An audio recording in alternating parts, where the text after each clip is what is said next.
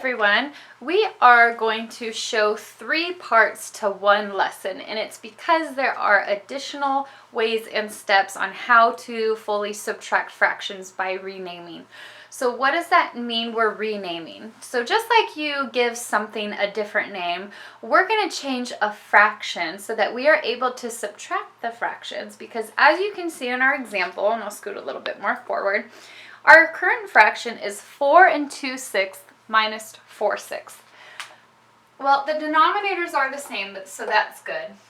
But I cannot subtract a 2 minus 4. I can't take 4 away from 2.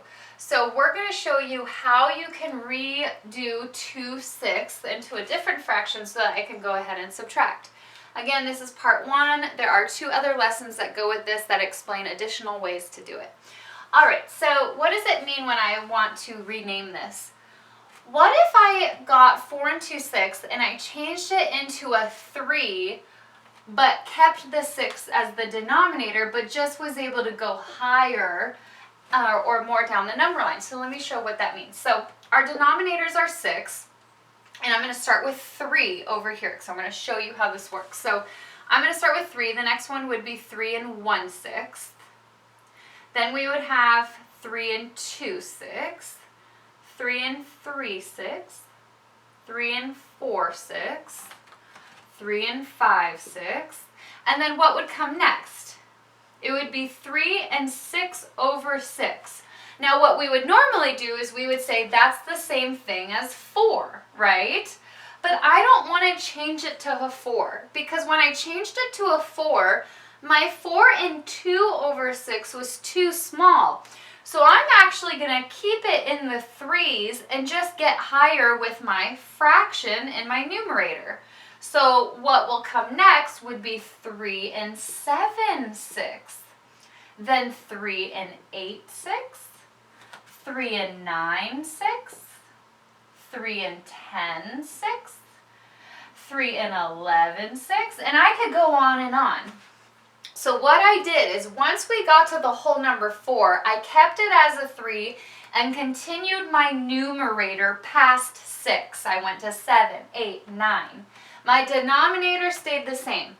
Now why did I do this? Because I want the denominator to be the same, but I needed to represent my 6 differently so that this number could be bigger.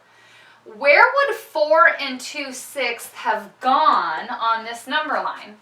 Well, this would have been a 4, so this would have been 4 1/6, and this would have been 4 2/6.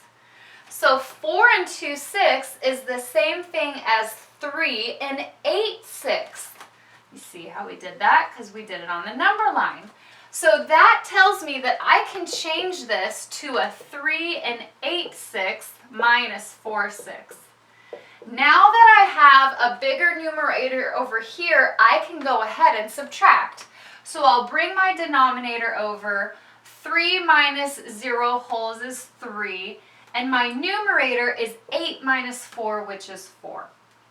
Now I was able to subtract, and then you want to make sure you simplify, which would be 3 2/3, because 4 and 6 are both divisible by 2.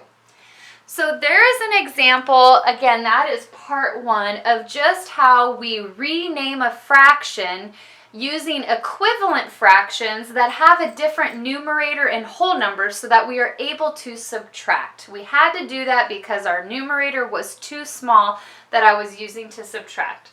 Now I want you to go watch part 2. I'm going to show you a different way how to do this.